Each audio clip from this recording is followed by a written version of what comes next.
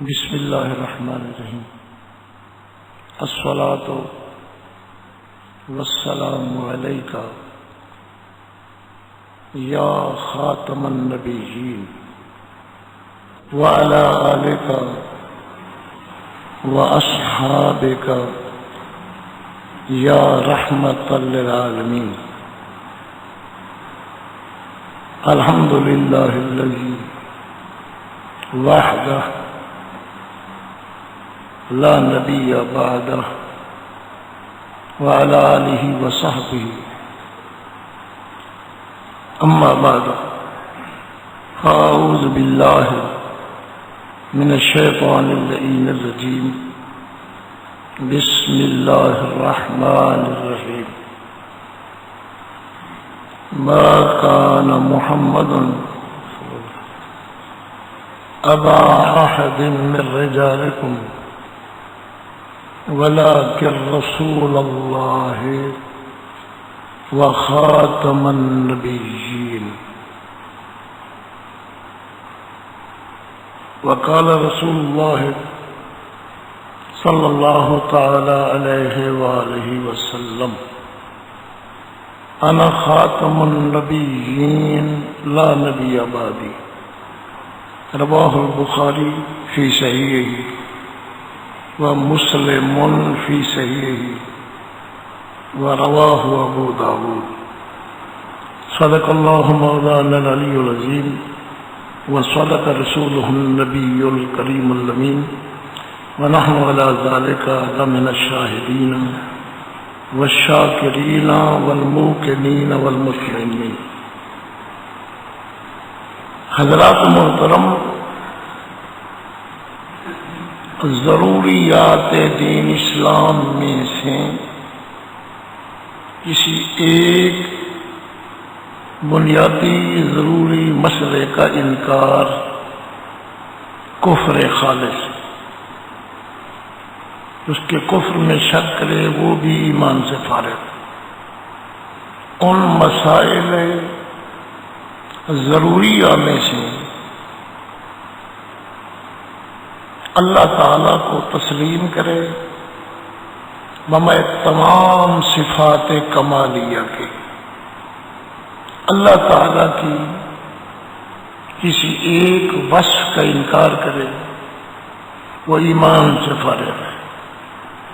اسی طرح حضور نبی کریم خاتم النبیین آخر الانبیاء والمرسلین علیہ الصلاۃ اللہ وسلام رب العالمین کی ذات کو بھی تسلیم کرے، آپ کے صفات کمالیہ جو اللہ تعالیٰ نے آپ کو عطا فرمایا ہے اور جن کا ثبوت قرآن سے بھی ہے، احادیث سے بھی ہے، تواتر سے بھی ہے، اجماع سے بھی ہے، اس میں سے کسی ایک وصف نبوت کا انکار کفر ہے اور خالص کفر ہے.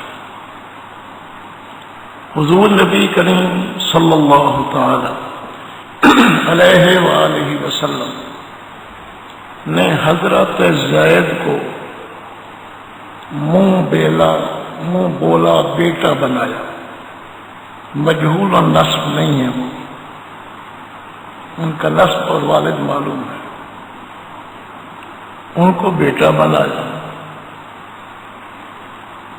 سیدہ زینب رضی اللہ تعالی عنہ قریشیہ ہاشمیہ کو پیغام بھجوایا کہ وہ زید سے نکاح کرے.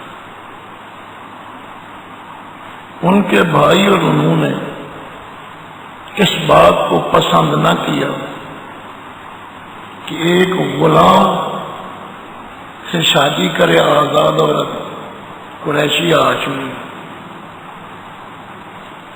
بظاہر ان کا روح گردانی والی بات تھی، تو فوراً اللہ تعالیٰ نے قرآن کریم کے اندر یہ آیت نازل فرمائی،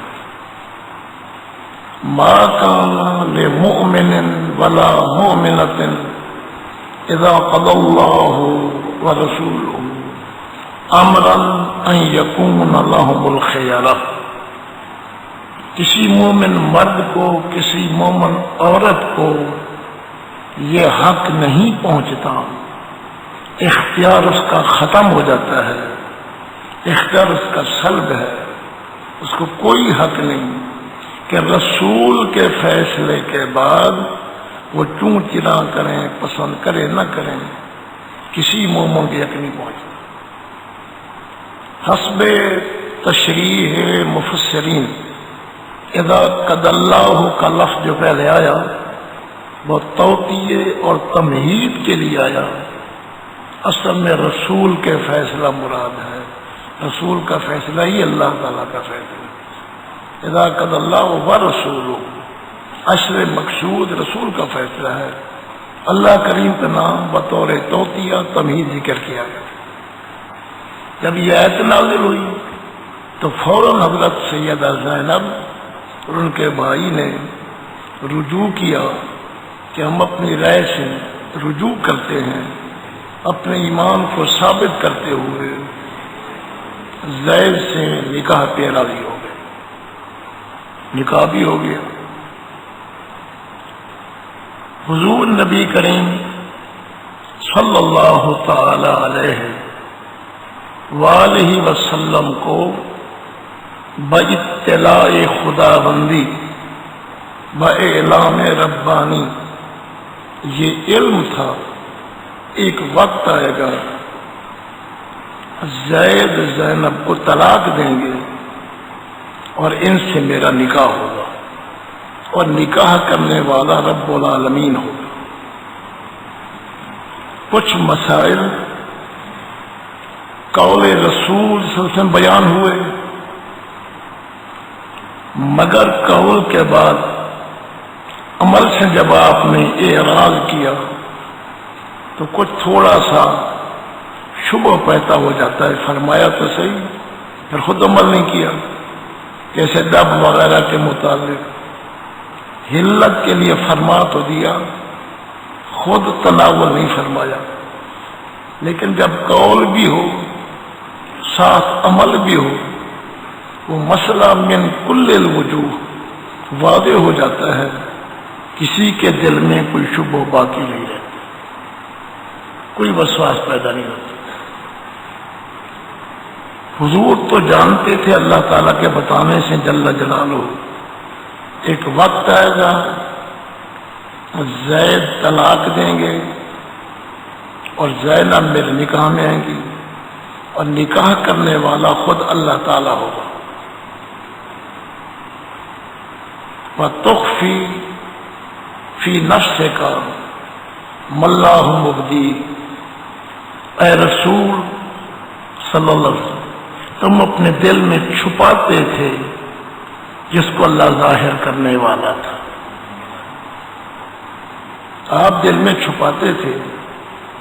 اس کی مشہور اور واضح تفسیر بقول امام زین العابدین یہی ہے، اور جو روایتیں ہیں تفسیر و مجروح ہے، یہی چھپاتے تھے کہ میرے نکاح میں آئیں گے، اور لوگوں سے اس لیے اجتناب کرتے تھے کہیں ان کو یہ غلط فہمی نہ ہو جائے کہ بہو سے نکاح کر لیا۔ زید تو منہ بلا بیٹا تھا، تو آپ حکمت حکیمانہ کے پیش نظر اس قرار کو چھپائے ہوئے تھے۔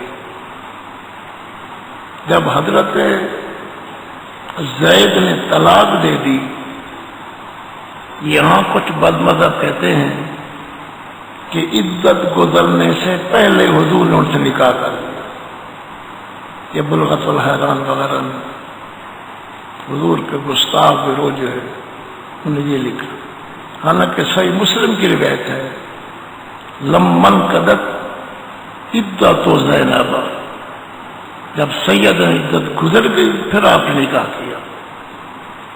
یہ ان بد وزن کرل صحیح حدیث میں ہے، زوجنا کہا اللہ نے، ہم نے نکاح کیا، ہم نے شادی۔ قولی طور پہ بھی منہ بیلے بیٹے کی جو بیوی ہوتی ہے حرمت مسائرہ اس سے ثابت نہیں، وہ محرمات میں نہیں ہے۔ یہ قول تو واضح تھا، مگر اس قول کو اپنے حبیب کے عمل سے واضح کر کے اسلام کی بنیاد پر کرنا چاہتا تھا، اور الزام کسی پہ نہیں دیا۔ زوجنا، ہم نے نکاح کیا، ہم نے شادی کی۔ اس کے فوائد بھی بیان کیے اور اس کے مفاسد کا رد بھی کیا، باطل خیالات۔ تو پہلے سے یہی واقعہ ہے اس آیت کریمہ سے پہلے، سیدہ زینب کا نکاح والا۔ آگے اللہ تعالیٰ اس کی تکمیل کے لیے فرماتا ہے ما کان محمد صلی اللہ علیہ وسلم، نہیں ہے محمد کریم صلی اللہ علیہ وسلم ابا احد من رجال، تم میں سے کسی مرد کے باپ نہیں۔ جب وہ کسی مرد کے باپ نہیں تو زید کے باپ بھی نہیں۔ جب زید کے باپ نہیں ہے تو زید ان کا بیٹا حقیقی نہ ہوا۔ جب زید بیٹا حقیقی نہ ہوا تو ان کی بیوی بہو نہیں بنتی، حرمت مسائرہ ثابت نہیں ہوتی۔ تو تم میں سے کسی مرد کے باپ نہیں۔ یا تیلوں کال چلتی ہے، قاموس وغیرہ لغت اور تفاسیر اور عرف کے اندر رجل کہتے ہیں بالغ، جو بلوغ کی حد تک پہنچے، اور جو بلوغ سے پہلے اور فوت ہو جائے اس پہ عرف کے طور پہ لغت کے حوالے سے رجل کا لفظ نہیں بولا جاتا۔ اس لیے حضور علیہ السلام کے جو صاحبزادے تھے ان میں کوئی بھی رجولیت کی حد تک نہیں پہنچا۔ اس بات کی نفی نہیں ہوتی کہ حضور کی اولاد نبیین نہیں تھی، اولاد نبیین تو ہے، لیکن وہ رجولیت کی حد تک نہیں پہنچے، وہ بلوغ سے پہلے فوت ہوئے۔ تو اس لیے وہ نفی بھی برحق، آپ کے صاحبزادوں کا ہونا بھی برحق، رجال کی نفی رجال کو۔ ایک آیت اس کے خلاف بھی ملتی ہے قرآن کریم میں کہ چھوٹے بچے بھی رجل کا لفظ آیا چھوٹے بچے کے لیے، لیکن اس کے دو جواب مفسرین نے دیے ہیں۔ ایک تو مرکزی جواب یہ دیا ہے کہ قوم کے مخاطب جو تھے ان کے مخاطبوں میں سے کوئی رجل نہیں تھا، وہ سب جو موجود تھے آپ کے صاحبزادے پہلے فوت ہو چکے تھے۔ اور بھی مختلف جواب ہیں، بہرحال عرف شریعت حدیث میں یہی ہے کہ رجل بالغ کو کہتے ہیں، تو اب کسی بالغ مرد کے بات نہیں ہے۔ جب سب کی نفی ہو گئی تو حضرت زید کے بھی والد نہ ہوئے، وہ حقیقی بیٹے نہ ہوئے، ان کی بیوی بہو نہیں ہوئی، حرمت مسائرہ ثابت نہیں ہوئی۔ ما کان محمد صلی اللہ علیہ وسلم ابا احد من رجالکم، تم میں سے کسی کے باپ نہیں، ولکن رسول اللہ، ابوت حقیقی کی نفی کر کے ایک اور کمال کو بطور مدح آپ کے لیے ثابت کیا جا رہا ہے۔ حقیقی اب تو تمہارے میں سے کسی مرد کے نہیں ہے، لیکن وہ رسول اللہ ہے، اور جو رسول ہوتا ہے اپنی امت کا روحانی باپ ہوتا ہے۔ ایک اشکال کو دور کیا، دوسری عظمت کو ساتھ میں بیان کیا۔ حقیقی اب تو نہیں ہے، روحانی اب ہے، رسول ہے۔ روحانی اب جو ہے وہ جسمانی اب سے زیادہ مشفق بھی ہوتا ہے اور زیادہ تعظیم کا حقدار بھی ہے۔ اسی لیے امام غزالی وغیرہ حضرات فرماتے ہیں حق المعلم اعظم من حق الوالدین، معلم استاد کا حق والدین کے حق سے زیادہ ہے۔ والدین جسم کے مربی ہیں، استاد ربانی عالم ربانی وہ روح کا مربی ہے۔ جسم فانی ہے، روح باقی ہے۔ جو فانی کا مربی اس کا حق کم ہے، جو روحانی مربی اس کا حق زیادہ ہے۔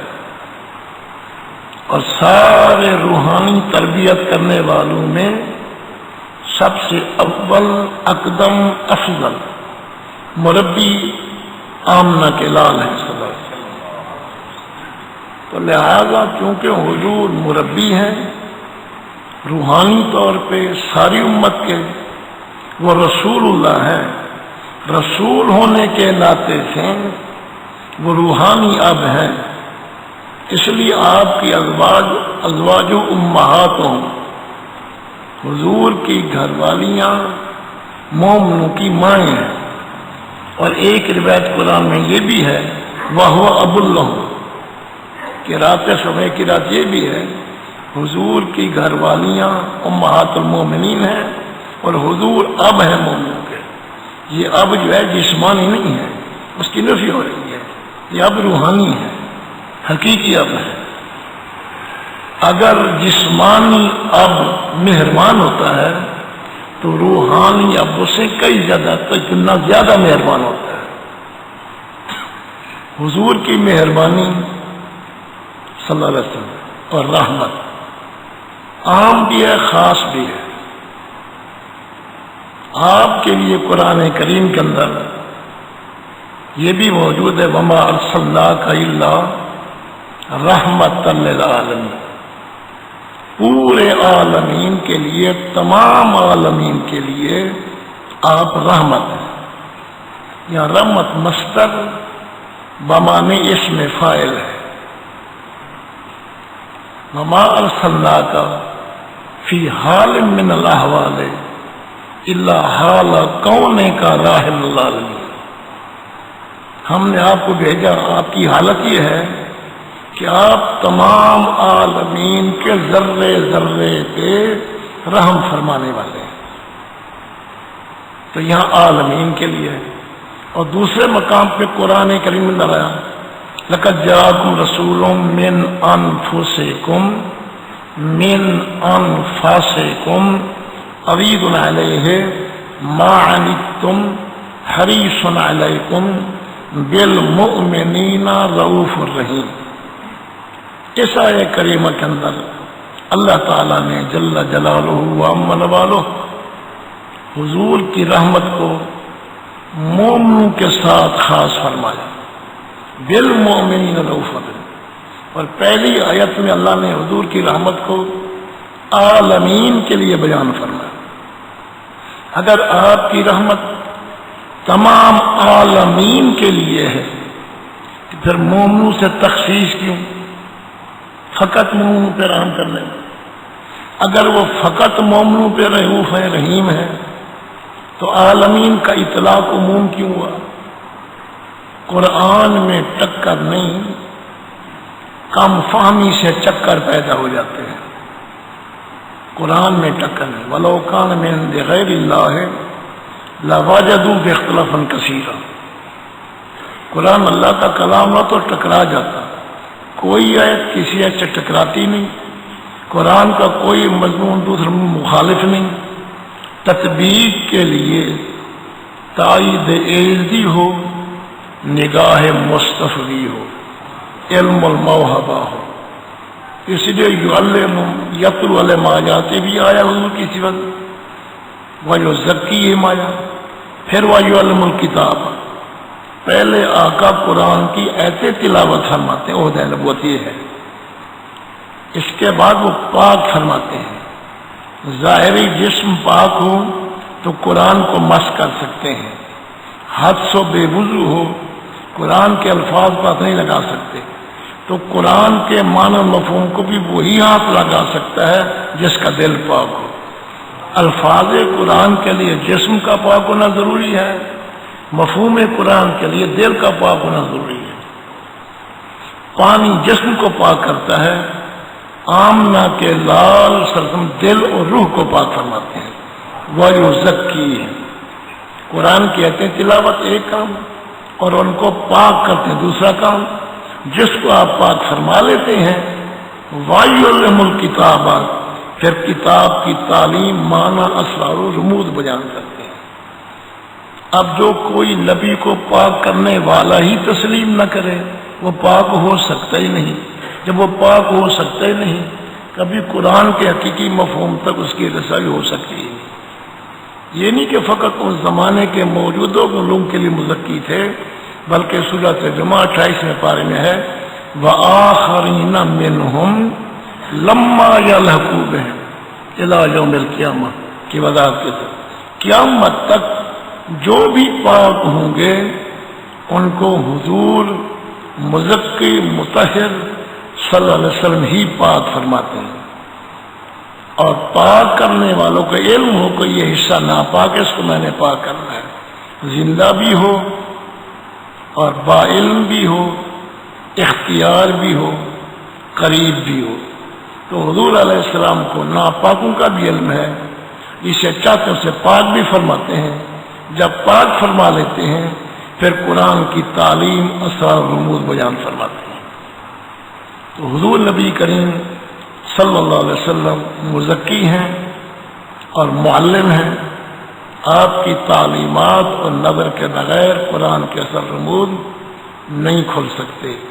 اسی رب میں فرمایا تبین للناس الفاظ تو ہم نے اتارے ہیں قرآن کا بیان آپ نے کرنا ہے. حضور کے بیان کے بغیر قرآن نہیں سمجھا سکتا.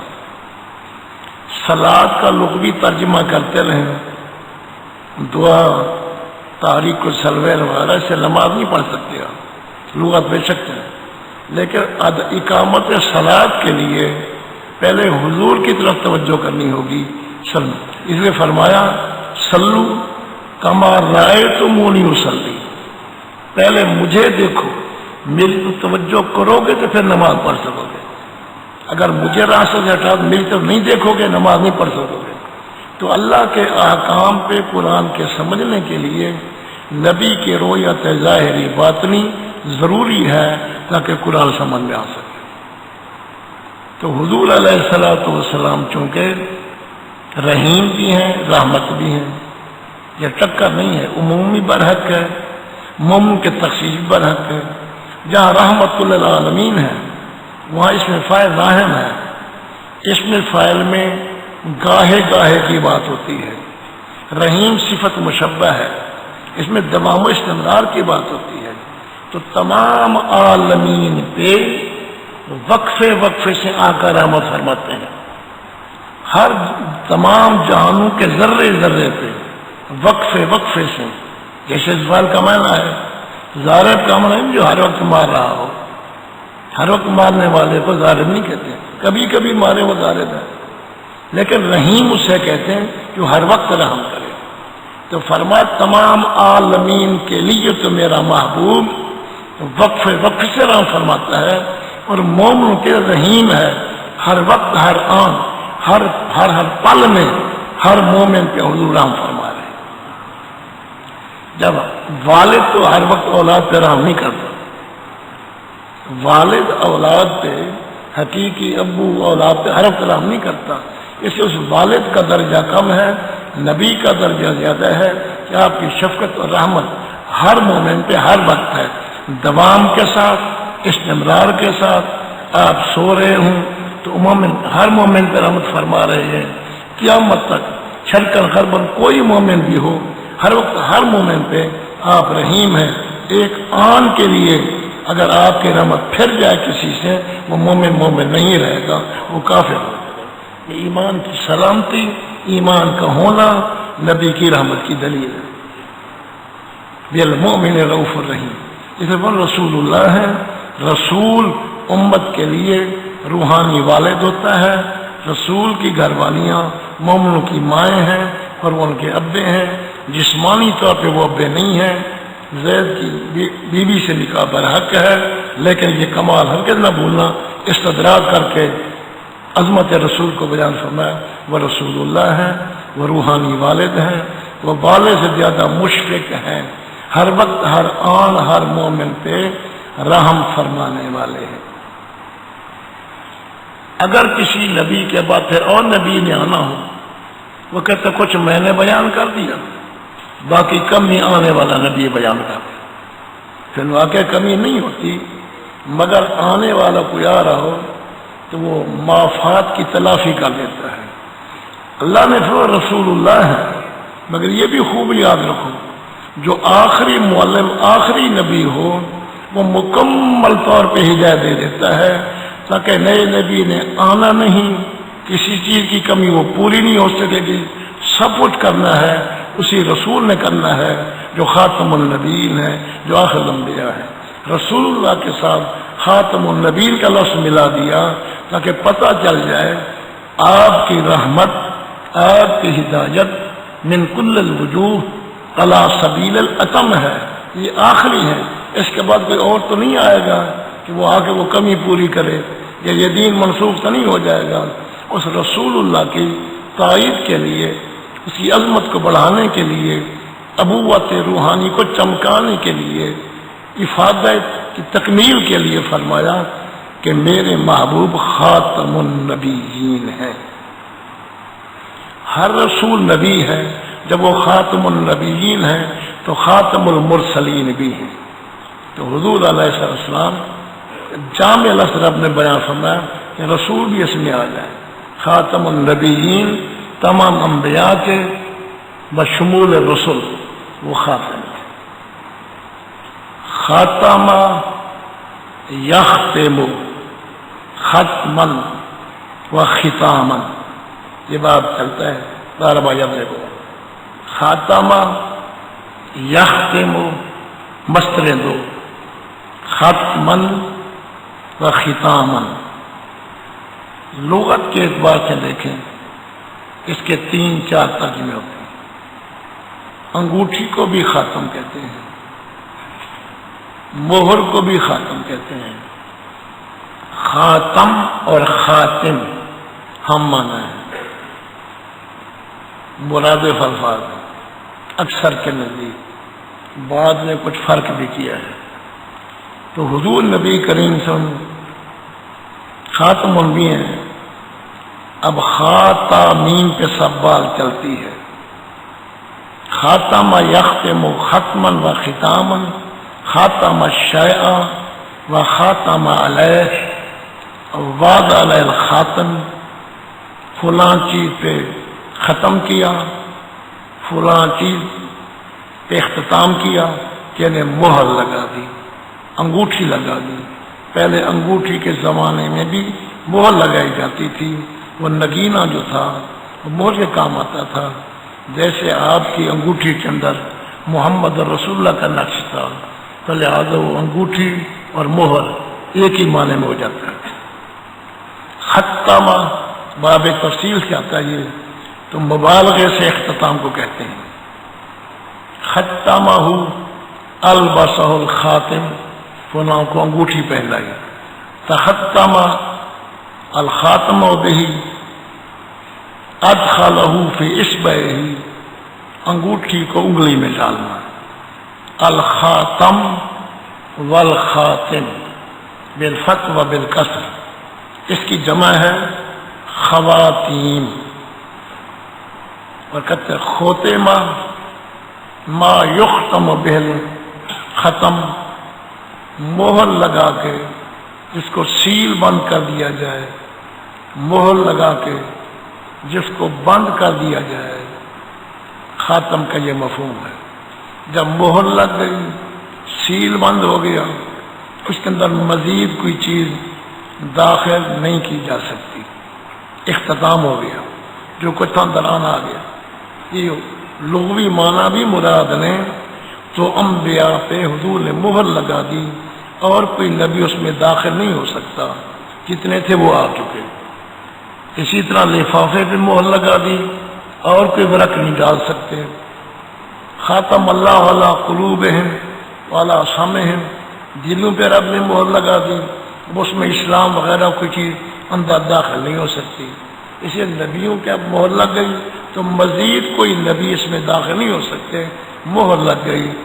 اب کسی اور نبی کا آنا، نبی کا پیدا ہونا محال ہے، خاتم کے خلاف ہے۔ اس کی جب خواتین آتی ہے الختم بالسکون بھی آتا ہے، ما یختم بہ، جس سے اختتام کیا جائے، جس سے مہر لگائی جائے۔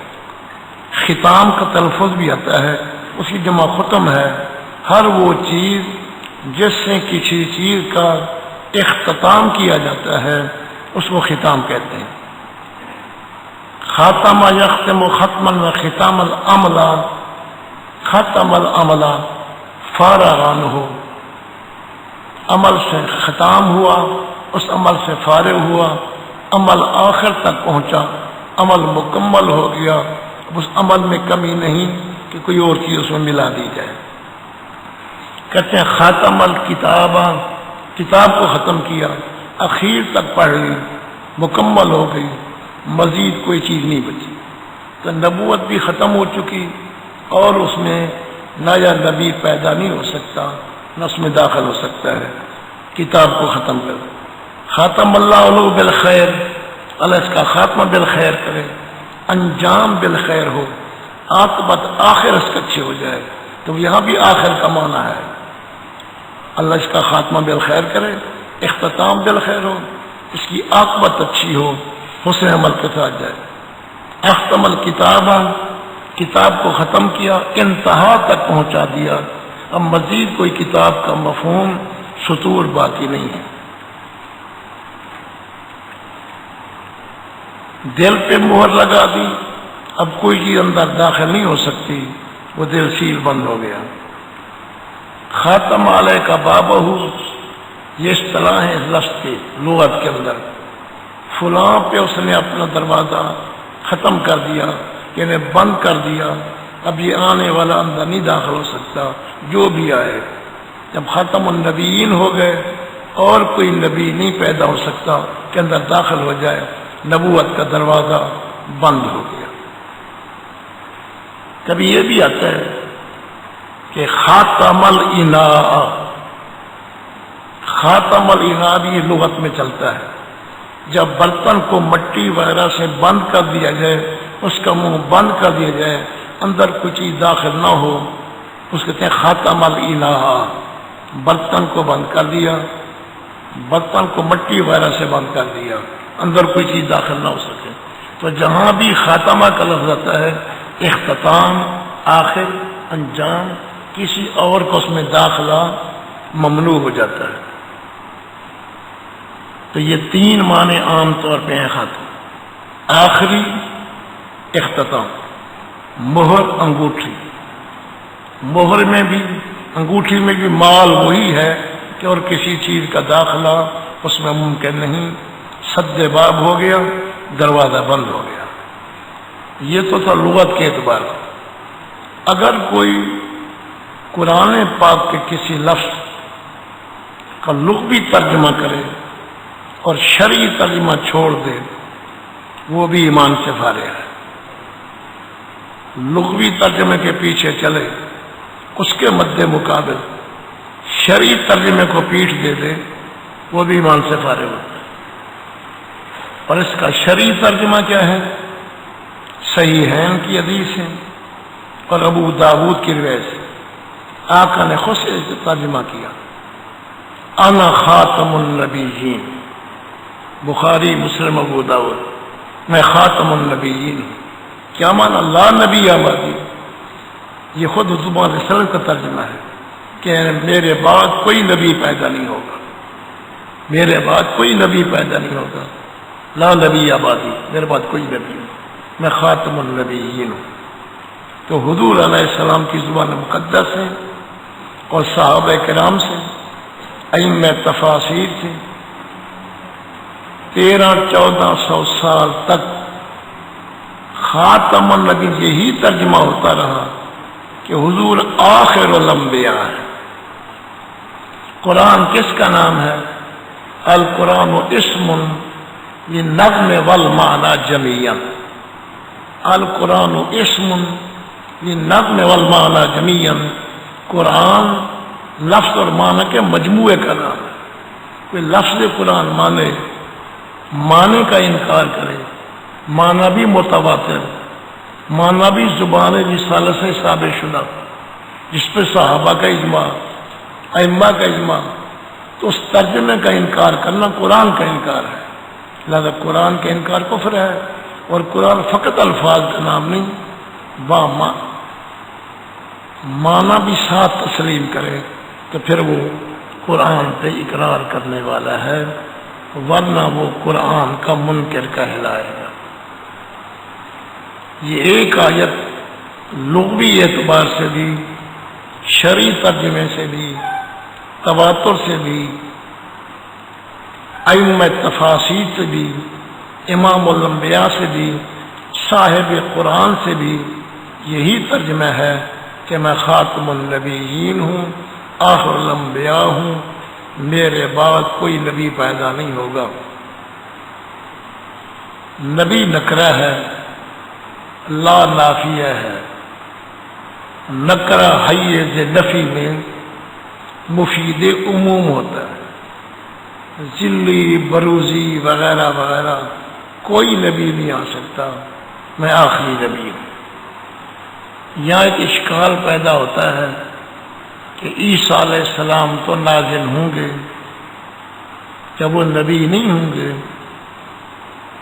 یا نبی ضرور ہوں گے، نبوتوں سے سلب نہیں ہوگی، اپنی نبوت پہ عمل نہیں کریں گے، حضور کی شریعت پہ عمل کریں گے۔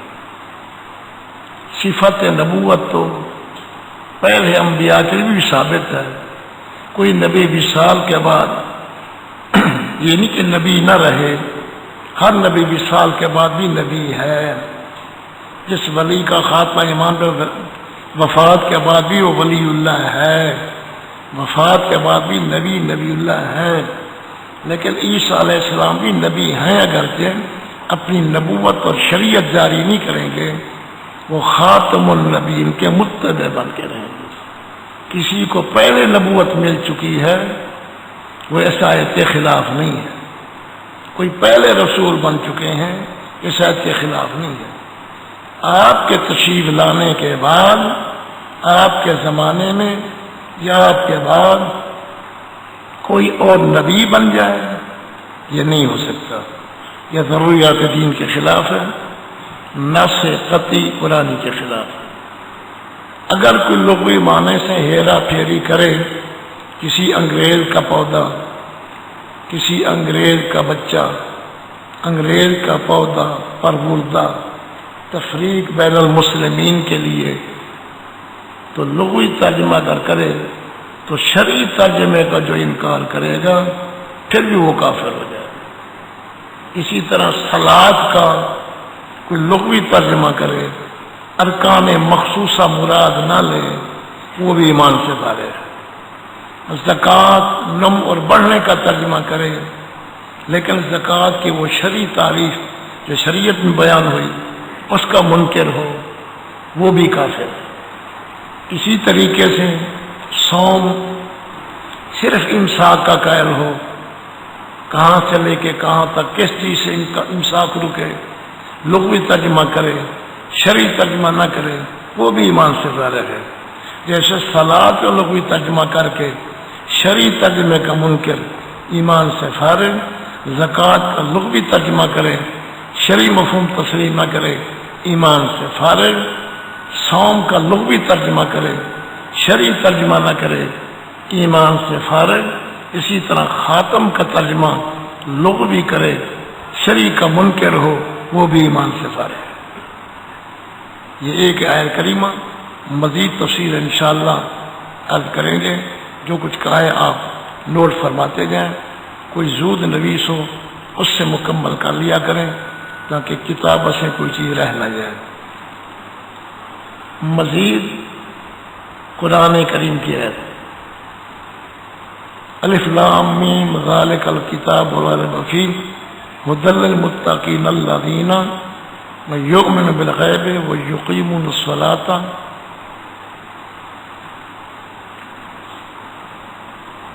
وما انزل من قبلک۔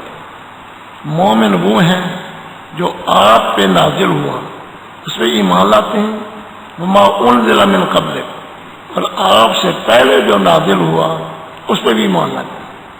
بس یہیں تک ختم ہو گیا. یعنی کہ وما ينزل من بعد، کہ آپ کے بعد جو نازل ہوگا اس پہ بھی ایمان لائیں گے. کیونکہ بعد میں نبوت ملتی تو یہ بات ہوتی، پہلے ہر نبی کے بعد آتا.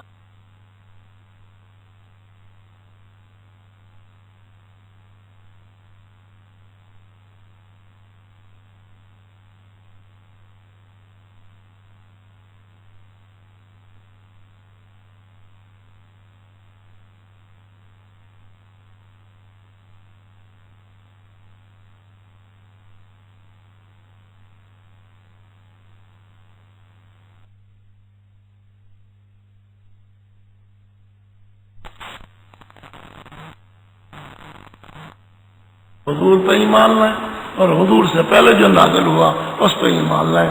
بادیت کا دربار ختم ہو گیا. یہ دوسری ایسے بھی ثابت ہوا کہ حضور علیہ السلام آخری نبی ہیں، اب کسی پہ وحی نہیں نازل ہوگی. حضور خاتم النبیین ہیں، آخر الانبیاء ہیں. فی الحال سر دست یہ آیات ہیں. مزید آیات انشاءاللہ کل کے درس میں لکھوائی جائیں گی.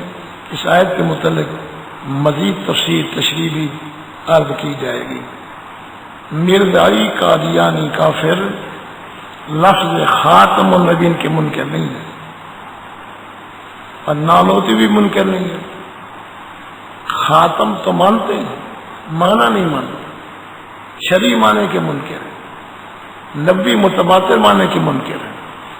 تو لہذا دونوں کے دونوں،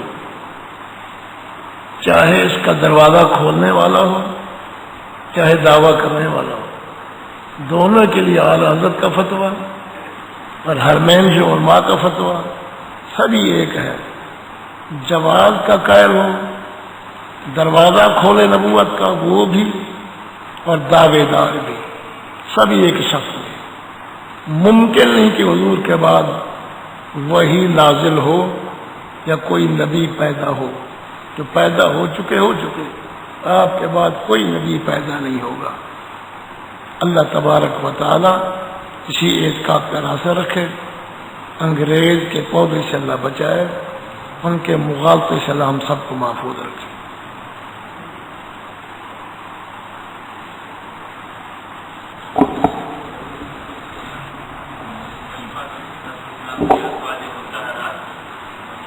وہ ان کی صاحبزادیاں تھیں، روحانی ایمانی طور پہ وہ مائیں تھیں.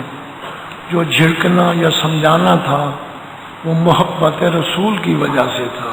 من تامن علی سیدنا محمد الذی تنحل بہ العقد وتنفرج بہ الکرب وتقضى بہ الحوائج وتنال بہ الرغائب وحسن الخواتم ويستسقى الغمام بوجه الكريم وعلى آله وصحبه في كل لمحة ونفس بعدد كل معلوم لك.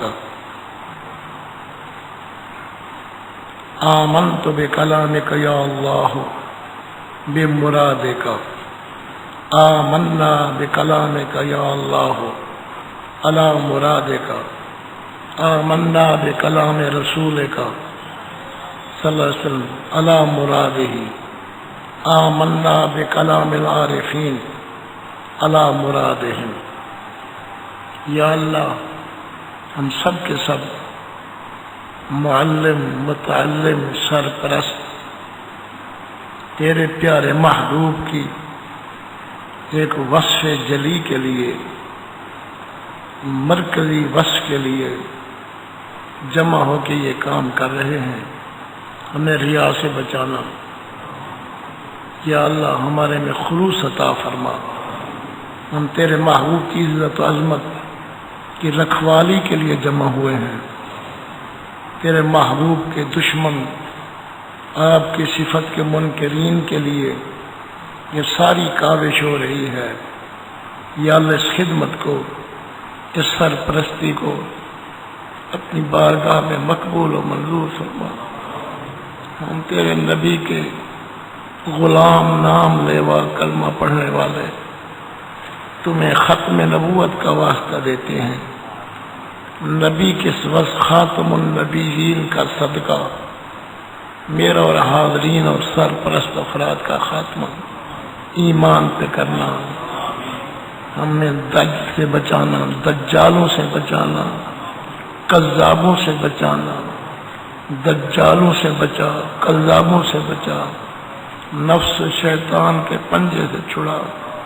ہم گناہ گار روح سیاہ بندے تیرے محبوب کریم کے وصف پاک، تیرے قرآن کی عظمت کے لیے، عظمت حبیب کے لیے جمع ہے۔ یا اللہ ہمارے گناہوں کو نہ دیکھ، اپنے محبوب کی عزت عظمت کا صدقہ، اپنے کلام مقدس کی عزت عظمت کا صدقہ دان امجدی کو بھی آباد رکھ، اساتذہ تلامذہ کی خیر، سرپرستوں کی خیر، معاونین کی خیر، اس کورس کرنے اور کورس کرانے والوں کی خیر۔ یا اللہ ہمیں حضور کے دامن رحمت میں جگہ دے دے، یا اللہ ہمیں حضور کے دامن میں چھپا دے، یا اللہ ہمیں حضور کا قرب خاص نصیب فرما۔ ہم لائے نہ لائے گناہ گار روح سیاہ بندے تجھ کریم کے آگے ہاتھ پھیلائے ہوئے ہیں، اپنے اسماء حسنہ کا صدقہ، اس میں غفور کا صدقہ، اس میں غفار کا صدقہ، اس میں عفون کا صدقہ ہماری بخشش فرما، ہمارے اساتذہ تلامذہ کی بخشش فرما، ہمارے والدین کی بخشش فرما، ہمارے جسمانی روحانی اولاد کی بخشش فرما، آل حق آل سنت کا بول بالا فرما، منکرین شان نبوت کے حملوں سے دام تدویر سے بچا، کلمہ حق کو برتری بلندی نصیب فرما۔ جب ہمارا وقت اخیر ہو، سامنے سراج منیر ہو صلی اللہ علیہ وسلم، ہماری نظر ہو تیرے محبوب کریم کا رخ انور ہو صلی اللہ علیہ وسلم، ہمارے لب ہوں تیرے پیارے حبیب کے قدم ہوں صلی اللہ علیہ وسلم، زبان پہ کلمہ طیب ہو بے حق لا الہ الا اللہ محمد رسول اللہ۔